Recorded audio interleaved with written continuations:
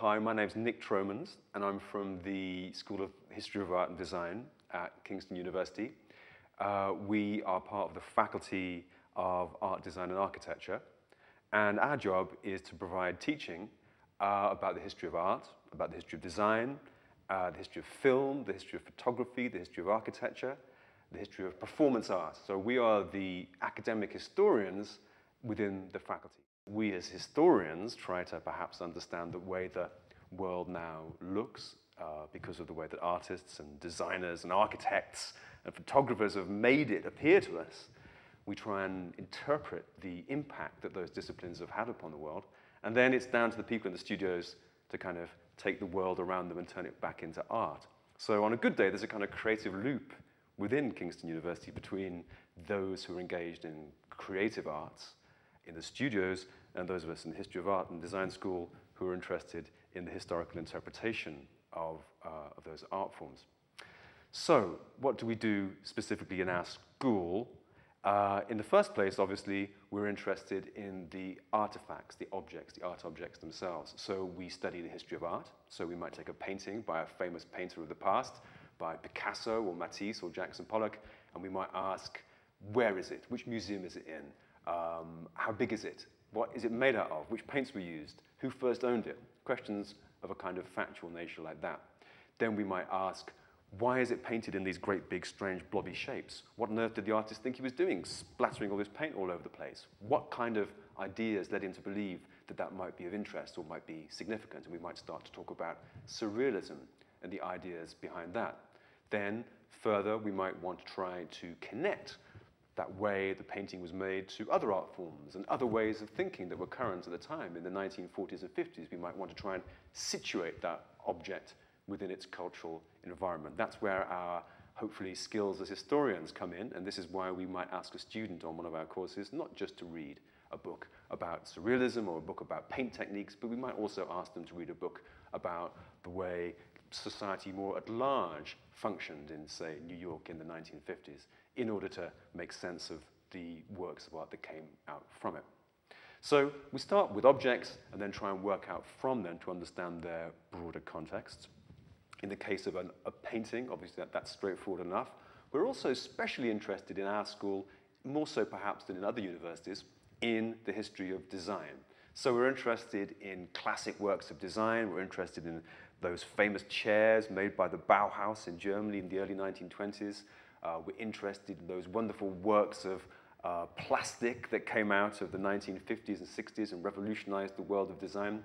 We're particularly interested, I think, in what you might call the design of everyday living. We're very interested in trying to understand not just how the interior of a palace might have been designed, although we're very interested in that because we happen to have Hampton Court Palace literally on our doorstep. So we are interested in royal interiors, but we're also especially interested in the suburban interior, the everyday interior. So those are the kinds of jobs we set ourselves, as I say, to try to understand the way that art, design, photography, film have really made the world look the way that it does to us today. We're interested in the great geniuses and masterpieces of the past, but we're just as interested in the way that that creativity has fed into making the shared general culture of the 21st century. The School of History of Art and Design teaches the history of art, the history of design, of architecture, film, and we teach that to the whole of the university. Anybody who wants to study these subjects comes to us. So we teach it in different combinations. You can do a whole degree just with us. A student can do a 3-year undergraduate BA degree in the history of art and design entirely with us, or you can combine what we do with what other schools do. You can do a kind of half field, as it's called, where you split your degree between half of what we do and half of what somebody else does. It's also occasionally possible just to do single modules with us. Now, modules are these little kind of mini courses that most universities these days use to build up a whole degree. So say you did a 3-year degree in the history of art and design entirely with our school. You might do some modules in the first year, which are just called things like Introduction to Architecture or Introduction to Themes in the History of Art. Modules perhaps which try to engage students very directly with design as it is practiced today. Then, in the second year, you might go on to do slightly more challenging things, including writing an extended essay on a subject of your own choice, and also modules which go into more specific detail about the history of art, design, and film at particular times in particular places. And that process of specialization continues in the third year.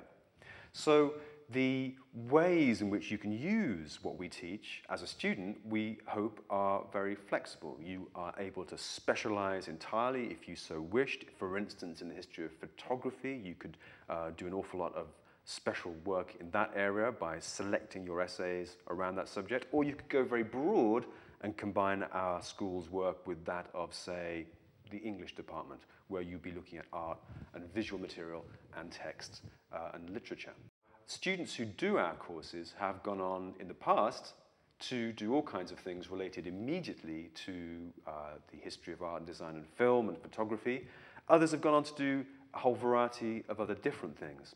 But in terms of careers, the best place in the world probably to try and follow a career relating immediately to the history of art, design, architecture, film is Britain today. For better or worse, we're a very heritage-rich place, which means there's an awful lot of jobs there, a lot of vacancies, needing people who understand how to work with visual historical material and who feel confident in interpreting it for a large audience. So I'm not just talking about the great big famous museums and galleries which are lucky enough to draw in millions of visitors a year in the centre of London. I'm also talking about those huge numbers of historic houses, historic places, small, modest museums that you might find in the other cities, towns, villages, countryside around the UK, and of course abroad, because one of the things we specialise in Kingston is international students. We're especially welcoming to international students, and we like to think that we are able to use the great experience that we have in the UK and also the great resources we have, because I've already mentioned Hampton Court Palace, which is about 200 yards that way, but we also have, of course, slightly in the other direction, the centre of London, with its amazing variety of museums, galleries, historic buildings, and we want to try and use these resources to teach students from across the world about working in heritage, about the realities of working with these kind of places, buildings, and sites, so that they can perhaps return to where they come from, go to new countries, and take those skills, take that experience with them. And of course, we hope they'll also bring to our courses, bring to our classrooms, bring to the mix of what we do at Kingston, the experience of their own countries.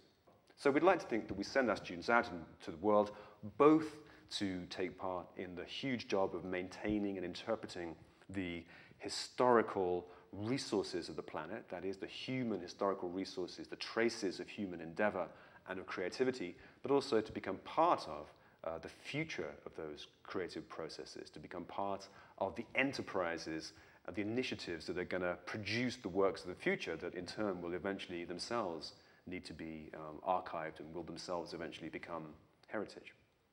The History of Art and Design School at Kingston is physically located at the Knights Park campus, which is also where the studios are based. It's absolutely a living environment of making art, of making design, of making architecture, and that's the context in which we try to teach the history of those disciplines. It's very lively, it's a little bit more exciting, a little bit more messy than working in a department where you're just looking at other academic disciplines or working only alongside other academic disciplines, but we find that that really helps us focus our minds and our thoughts about the realities of being an artist, of being a designer, being a photographer, being a filmmaker.